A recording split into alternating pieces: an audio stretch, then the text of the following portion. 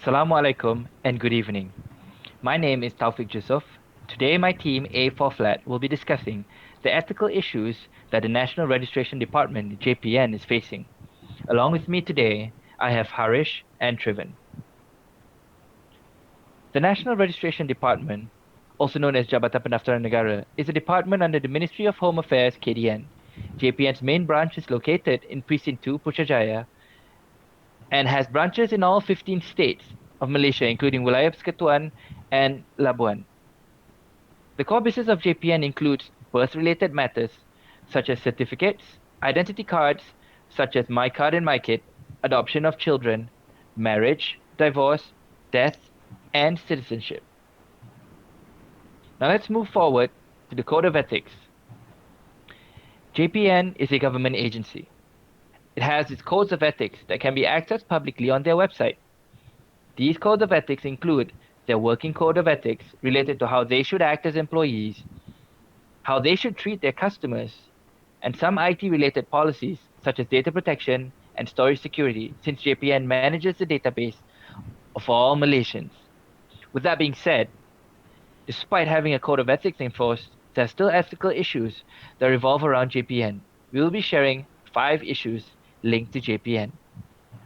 Now go ahead, Triven. All right. Next slide. Yeah.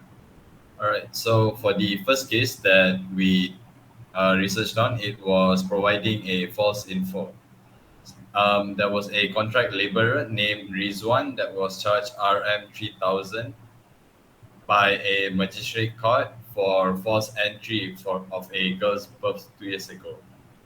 Rizwan was pleaded guilty and was charged with permitting the false entry when registering the birth of the girl. This could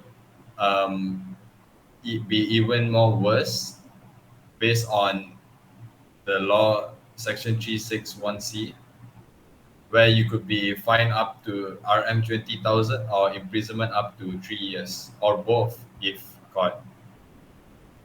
Okay, for the next one. So for the second case, it was false record. This was a problem in 2009.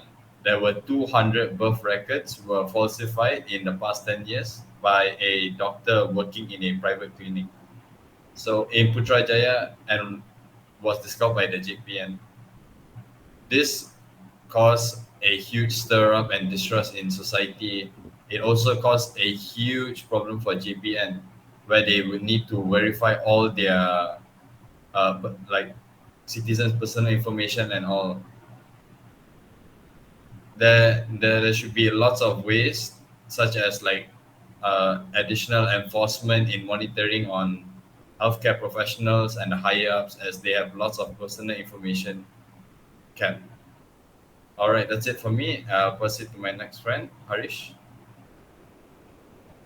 So this case is involving a employee from JPM Tawau. So the offender, which is Ajit Abdina, he create a fake documents about his brother daughter to get a birth certificate for his brother daughter. So that in order to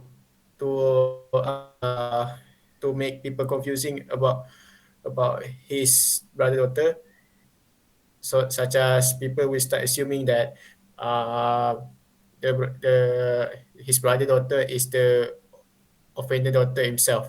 So as a result from this, the offender was arrested since 2015, but later last year 2021, the court finally determined that he was pled guilty and charges with $3,000. But not just only that, the people or society will start to assuming that, oh, in JPN you can create a fake birth certificate easily just like that.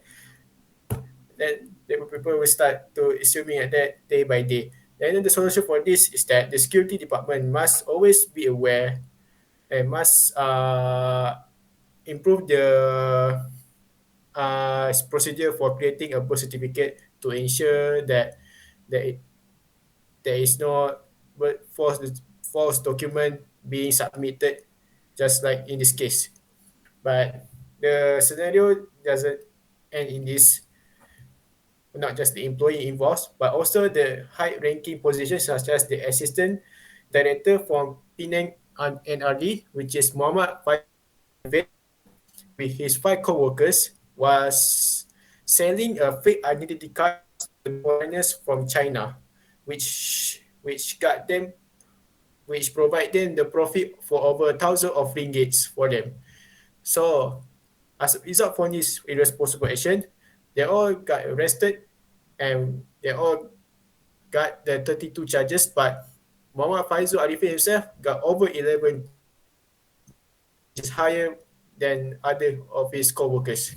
But not just that, the society also will assume will have a bad opinion about the JPN itself, such as people will assume that the JPN on the top to on the bottom to the top, they are all the same, they are all corrupted, they are all cannot be trusted, they are all irresponsible, and so on.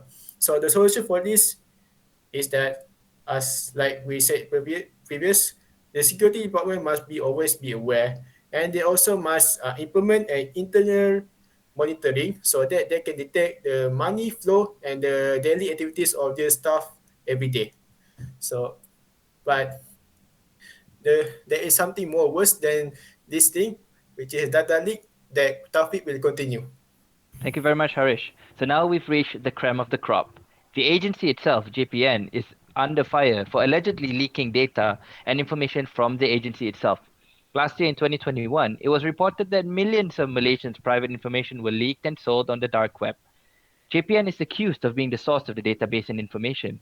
It was first discovered by a cybersecurity expert that there was a website not only selling but providing information access for free online, going for as low as US $3, which is up to around 13 to 14 ringgit. And it can go all the way up to tens and thousands of ringgit. In less than a year later, the cybersecurity expert said that the hackers had now published the data on the public internet, meaning anyone who knows what to search on Google can easily get access to the leaked data. Twitter user Rats1112 revealed that there was an open source intelligence tool, OSINT, found on the internet that publishes alleged data from the National Registration Department, JPN.